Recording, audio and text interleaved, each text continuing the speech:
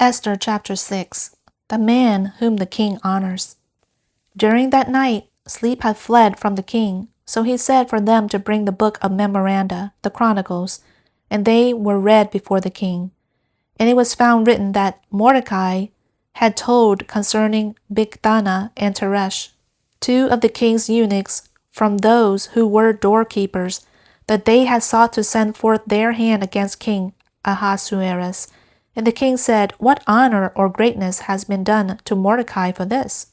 Then the king's young men who attended him said, Nothing has been done for him. So the king said, Who is in the court? Now Haman had entered the outer court of the king's house in order to speak to the king about hanging Mordecai on the gallows which he had made set up for him. And the king's young men said to him, Behold, Haman is standing in the court. And the king said, Let him come in. So Haman came in, and the king said to him, What is to be done for the man whom the king delights to honor? And Haman said in his heart, Whom would the king delight to honor more than me? Then Haman said to the king, For the man whom the king delights to honor, let them bring a royal robe which the king clothes himself in, and the horse on which the king has ridden, and on whose head a royal crown has been placed.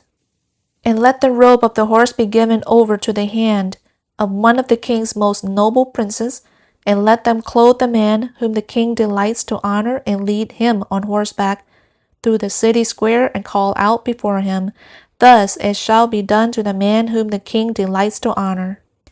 Mordecai is honored. Then the king said to Haman, Take quickly the robes and the horse, as you have said, and do so for Mordecai the Jew, who is sitting at the king's gate. Do not fall short in anything of all that you have spoken. So Haman took the robe and the horse and clothed Mordecai and led him on horseback through the city square and called out before him, Thus it shall be done to the man whom the king delights to honor. Then Mordecai returned to the king's gate, but Haman hastened home, mourning, with his head covered. And Haman recounted to Zeresh his wife and all his friends everything that had happened to him.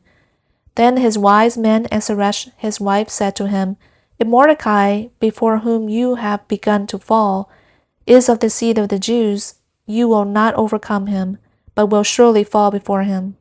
While they were speaking with him, the king's eunuchs reached Haman's home and hastily brought Haman to the feast which Esther had prepared.